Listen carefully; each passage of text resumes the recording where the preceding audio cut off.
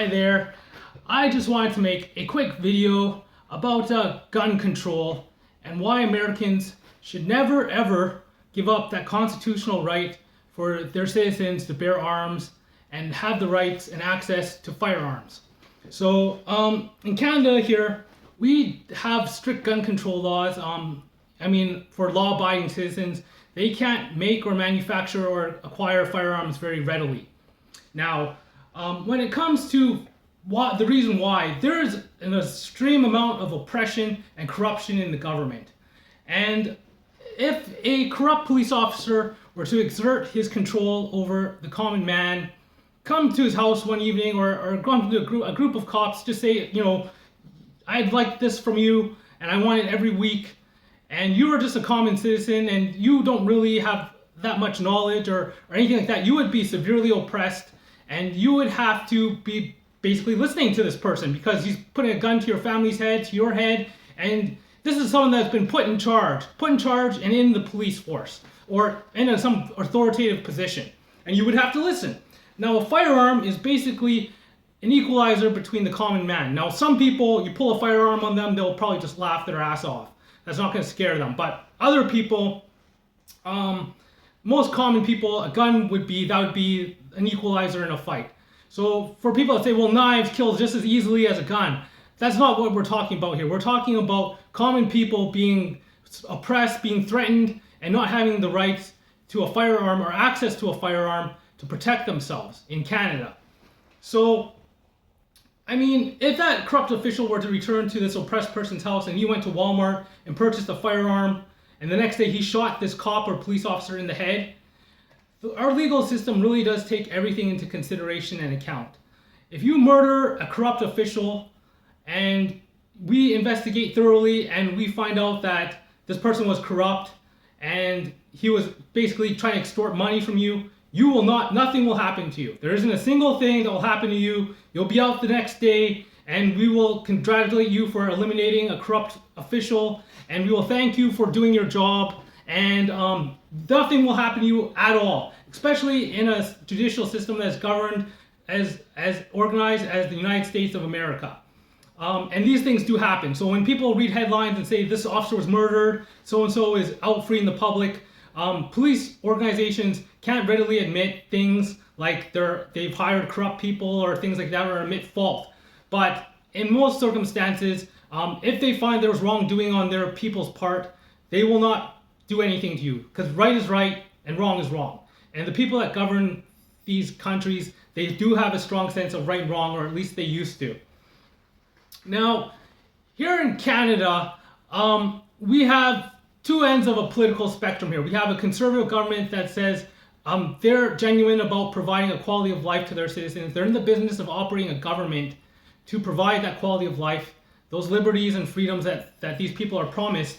And a government like the NDP that wants to take all guns away, let the elite and government control everything, and basically you'd be subservient to people that have resources and knowledge available to them, and you would have to do whatever they say, and if they're corrupt, that's too bad.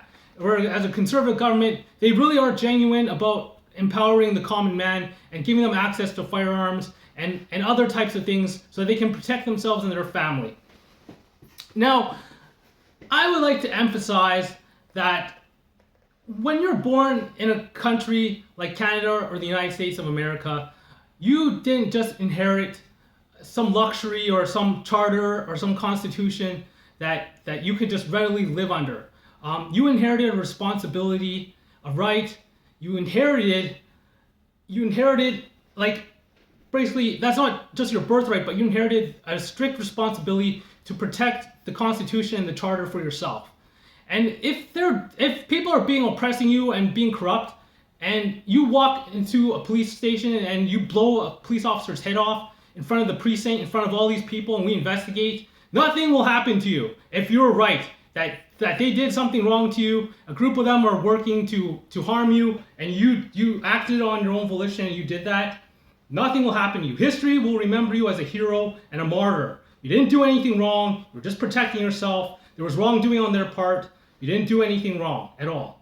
So we get into issues like Timothy McVeigh in Oklahoma, even issues as big as 9/11, where people have been wronged, and it was a mistake on our part. It's a mistake where we weren't able to protect them, and then if we investigate and it's determined that this person is justified in exacting justice, then there really isn't anything we can do about that. And governing bodies that have granted people power, they've critically examined the lifestyles and the people that they've put in place of power. They are prone to emotions like envy, they are prone to anger, they go on power trips, they can be corrupt, they are free-willed people, and at any time, for any given reason, they might be in the wrong and do something wrong to you. And you could follow through the whole judicial process and exhaust every effort to rectify that wrong, and you may not be given the opportunity to see justice. So be religious or be cautious. But if you there's a group of engineers that are still very adamant about defending the Constitution, very adamant about defending the rights and civil liberties of people that live under these charters and these constitutions. They will arm you if you are being oppressed. They'll give you access to things like you will walk into Walmart and they will let you buy an AK-47, and then that's what has to be done. So every day there's people dying for the Constitution and some people dying for the Charter because their rights were violated. These things happen, but it's an ongoing fight. It's an ongoing struggle to protect our civil liberties, our rights, and our freedoms. People have to die to keep these things and fight for them, and we have to preserve these rights and freedoms. So that's just my little spiel on why America and the United States of America should never give up their rights to firearms. Because that's why you are a righteous group of people. You are a righteous government. You really are in the business of operating a government, not to oppress people for your own personal gain, but to provide them with the rights and freedoms, qualities of liberty that made America so great. As America becomes more work-oriented, more goal-driven, more money-focused, we lose aspects of what made America great in the first place. And it wasn't necessarily money or any of those things. It was the opportunity to have the civil liberties and freedoms granted to their citizens. So don't let these people are just as prone to these things as you. Some of them are not very good people, and they're corrupt, and maybe they start out good, maybe they lost faith in humanity. It doesn't matter. You have to treat people on a person-to-person basis. You can't do things like that, and you can't be extremely biased in any way. So people that work for the government, if you're in a position of power, just know that in the United States of America, that people can readily arm themselves, groups of people can arm themselves, and if they're in the right, and they take things into their own hands, that's just a loss we have to take. Another thing I wanted to discuss was Civil War in Marvel. Now, that story arc is basically a story arc about Iron Man unmasking himself and admitting that he's an alcoholic. A very powerful superhero in the Marvel Universe, admitting that he is prone to weakness and stating that he is going to make a declaration of gathering up all metahumans, mutants, and superheroes and requiring them to register.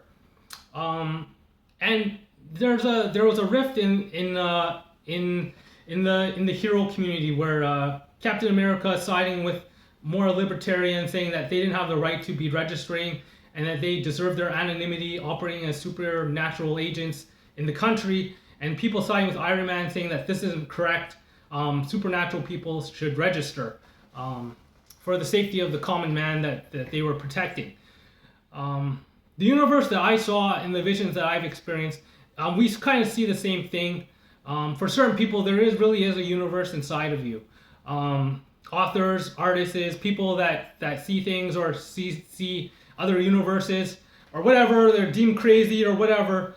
But the end of I saw kind of the same thing as you as with the Civil War story arc. But at the end, Iron Man did end that universe, blowing up gathering every superhero and blowing them all up. And just because he was sick of being Iron Man, being in a tin suit, getting beat up, and he just thought that these people should leave the common man alone, that they'd be better off. They were doing more harm than good. So the universe, or the vision that I saw, ended with Doctor Strange saving the universe and storing it in someone's consciousness, and Iron Man basically using some sort of weapon to kill every super freak in the universe. And that's how that universe ended. And I think that was Earth 626 that I saw, or another Earth. I'm not sure, but that's what I saw. People say I'm crazy for having these visions or saying these things, but if you're like me or like people that see these things or other universes and are an author or a person, there really is a universe inside of you. And we can share those universes. Maybe it's your past life that you had in another universe where you remember conversations with Obi-Wan Kenobi or things like that. But generally, people that reach an old age know not to disclose these things to the common man because they just don't believe you. They'll make fun of you, or some doctor will want to examine your brain or things like that. But people that remember other universes, other lives in other places, they're real. It's not fake. It's not a lie, and those people really do exist. So I just like to close with be a superhero if your rights are violated. Exhaust every legal avenue that is available to you. But if that fails and you're still being hounded and oppressed, make no mistake. Right is right, wrong is wrong. If you do something like that and you happen to survive or you die, history won't remember you as a villain necessarily. And you have been done doing the right thing and making a bold statement and protecting yourself. It's every citizen's right, everyone's responsibility to defend the Charter of Rights and Freedoms and defend the Constitution that they were born under. Okay, that's my 2 cents. Have a great day. Bye.